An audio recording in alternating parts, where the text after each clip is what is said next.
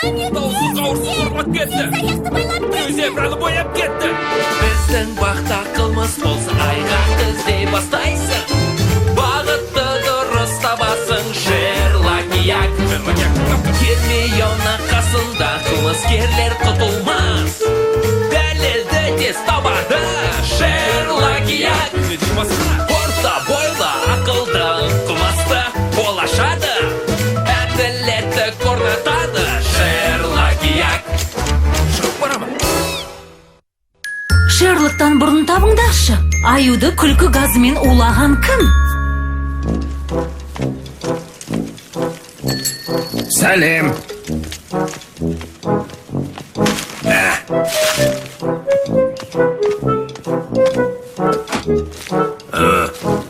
Пошта жәшігіне ешкім қатыса алмайтын еді.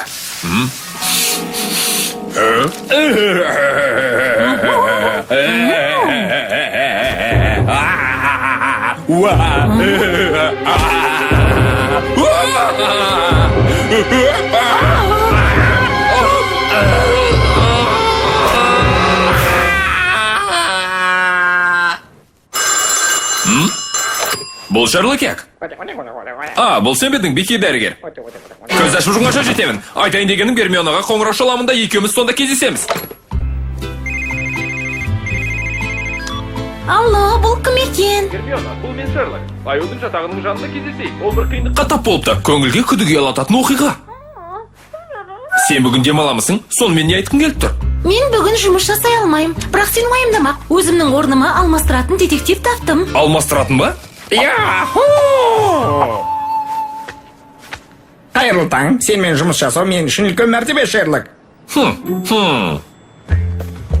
Саған айтпаппын ғой, Шерлок. Мен әртіспін. Менің бұрыннан аңсаған арманым керемет детективтің рөлін сомдау еді. Баң! Сосын секір. Мен өз-өзіме былай дедім. Реті келгенде секір, достым. Сен емесің? Сонымен қатар мен карате өнерінің шеберімін. Мүмкін мен сенің өміріңді құтқарып қалармын. Яху! Құтқарып қалам. Шынымды айтсам, мен мұндайды өмірімде бірінші рет көріп тұрмын. Шынымен де таңғаларлық жай. Не болып жатыр екен, дәрігер? Аю аз ғана уақыттың ішінде осындай аянышты күйге түскен. Ішек сілесі қата тоқтаусыз күлгендіктен денесіндегі барлық бұлшығы жиырылып қалған. Түсінемісіз? Ол тіпті сөйлейді алмайды. Қызық екен. Оның сонша күлуіне мына әріптер себеп болған. Мына әріптер газеттен қиылып алынған және оны жақсылап жапсырған. Қылмыскер өте ақылды екен. Сұрақ, кіп-кішкентай жап-жасыл әрі мұрты бар, ол кім? Бұл әзіл жұмбаққа қатты ұқсайды екен. Байқа, бұл әзіл арқылы құрылған тұсақ болуы мүмкін.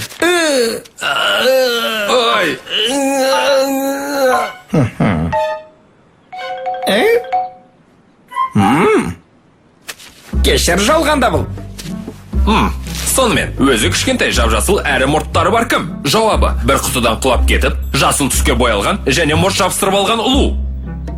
Бұл қалжыңның деңгейіне 0 деген баға берем. Иә, мен мұның мағынасын мүлде түсінбедім. Тіпті сұрақты да. Егер әзіл қызықты болмаса, аю неге сонша күлген? Қоқыс салатын шелек детективтің досы болып келеді. Шала тотыққан азот және газға қарсы бетперде. Біле білсеңдер, шала тотыққан азоттың тағы басқаша атауы бар. Руперт? Жоқ, күлдіретін газ. Аюдың осыншама күлуінің себебі осы екен ғой. Мен қайдамын. Сен әзілді шабуылдың құрбаны болдың. Сондай жаман болды, достар, мен көп күлдім. Сенің көзіңді құртқысы келетін дұшпандарың бар ма еді? Иә, сайыста жеңіске жеткелі бері мені көре алмаушылар пайда болды. Қытықтауға кім ұзақ шыдайды деймісің? Ойының жеңімпаз болу үшін 8 аяқ сенің қолтығыңнан қытықтаған кезде сен күлмей шыдауың керек. Дайынсыңдар ма?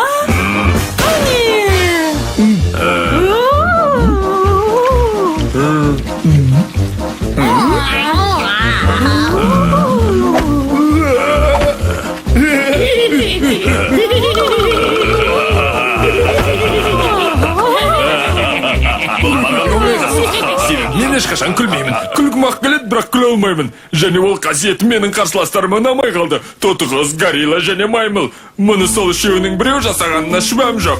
Жақсы, кімді тергеуге алатынымыз белгілі болды. Сол сиыр, балық және құмырсқа. Жоқ, тотығыз, горилла және маймыл.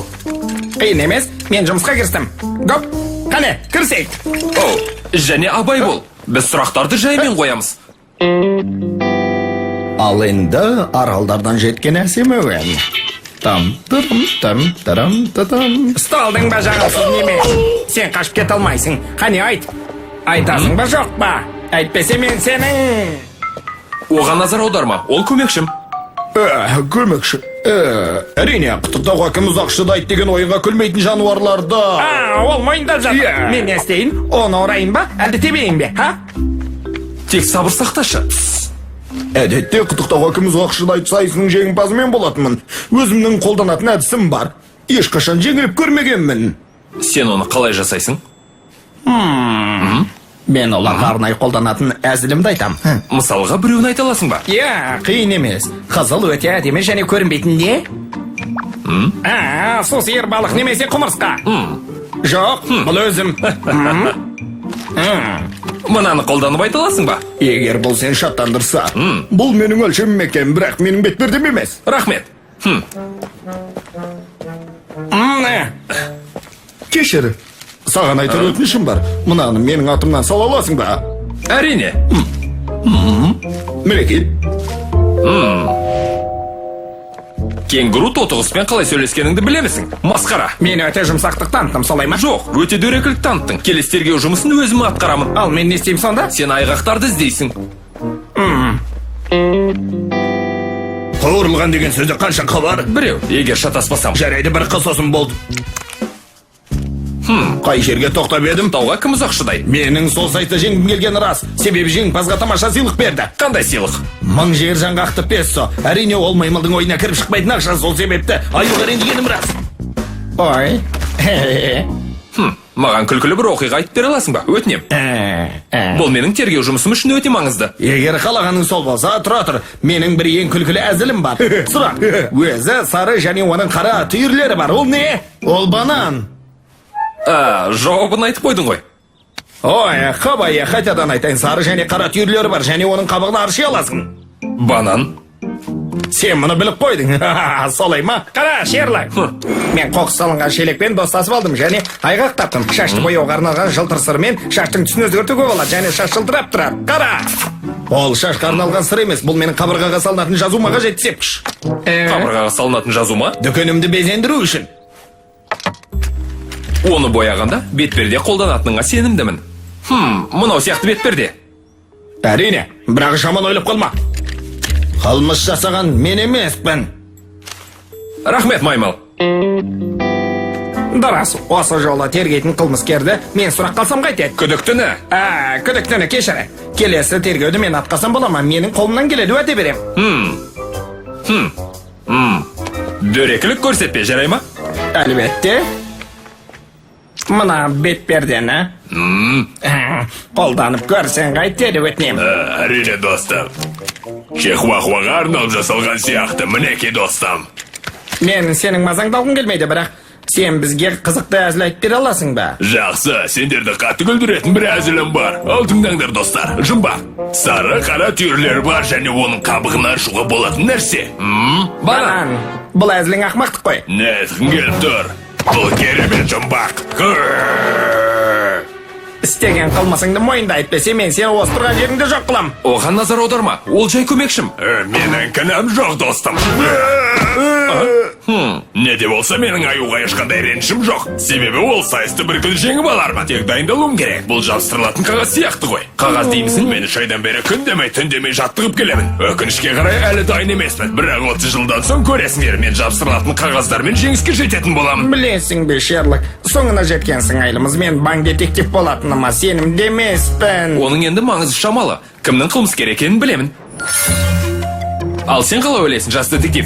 Егер назар салып қарасаң, сенің де қылмыскерді табатының анық. Bir қайталап өтейін. Біреу аюды күлкі газымен улап өлгенше күлгенін қалаған. Қылмыскер әзіл айтудан осал, және қолдарымен жақсы жұмыс атқара алатын, және бетпердесі бар біреу болып шықты. Мұны кім жасады? Тотығыс па, маймыл ма, әлде горилла ма?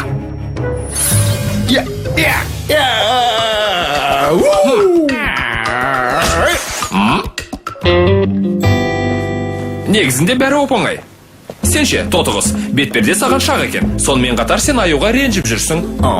Бірақ сенің әзіл айтуға қабілетің бар, ал қылмыскердің әзіл айтуға қабілеті жоқ. Қысқасы жабыстырманы дұрыс желімдей алмайтын сен, газеттегі әріптерді қалай жабыстырар едің? Горилла, аюға хат жазған жануар сияқты сен де әзіл айта алмайсың, және бір нәрсені жабыстыру да қолынан келмейді. Сонымен қатар бетперде де саған сыймайтын болып шықты. Ал саған келер болсақ, маймыл, сенің әзіл айтуға қабілетің жоқ. Ас мәзірін жапсырмамен жазасың. Бетперде де саған шақ, және аюға өшпенділігің тағы бар. Және осы сәйкестіктердің барлығы бір нәрсені дәлелдейді. Қылмыскер мына сенсің.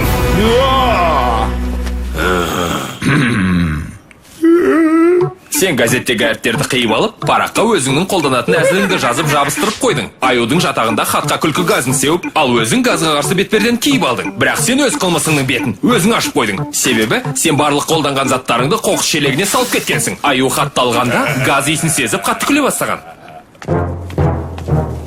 Қылмысымды мойындаймын, аюдың қытықтауға кім ұзақ шыдайды, байқауында күлмегенін көріп оны бір рет күлдіргім келді. Сенің осындай күлкілі емес қылмысың үшін саған жаза қолданамын. Егер қаласаң, мен маймылдың жазасының өтелуін қадағалаймын. Рахмет, жақсы болар еді. Кучи. Қанеке, кучи болсаң енді. Менің қолымнан келмейді, менің бұл туралы ұмытқаным дұрыс болар, аю. Қанеке, мен шынында да өмірімде бір рет болса да өздігімнен күлгім келеді. Кучи.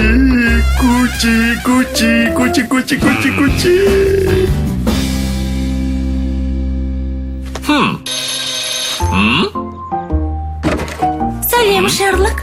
Мен жоқта бәрі дұрыс болды ма? Я, Тамаша, себебі мен көп демалып қойдым. мен де солай ойлаймын. Себебі бұдан былай демалыс дегенді ұмытасың. Рас па, неге? Себебі мен саған демалуға тыйым саламын. Мені сағындым дегің келіп тұр ма? Жоқ, олай емес. Балапан телеарнасының тапсырысы бойынша аударылып дыбысталған. Редакторлары Бақыт Күләбішева, Мөлдір Мырзабекова. Аудармашылар Ұлдана Әлімбекова, Индира Әбілқасымова. Дыбыстағандар Мәжит Асан, Жәнібек Жақып, Жазира Асан. Дубляждың режиссері Ерлік Боранбаев. Дыбыс режиссері Бек Шәріп.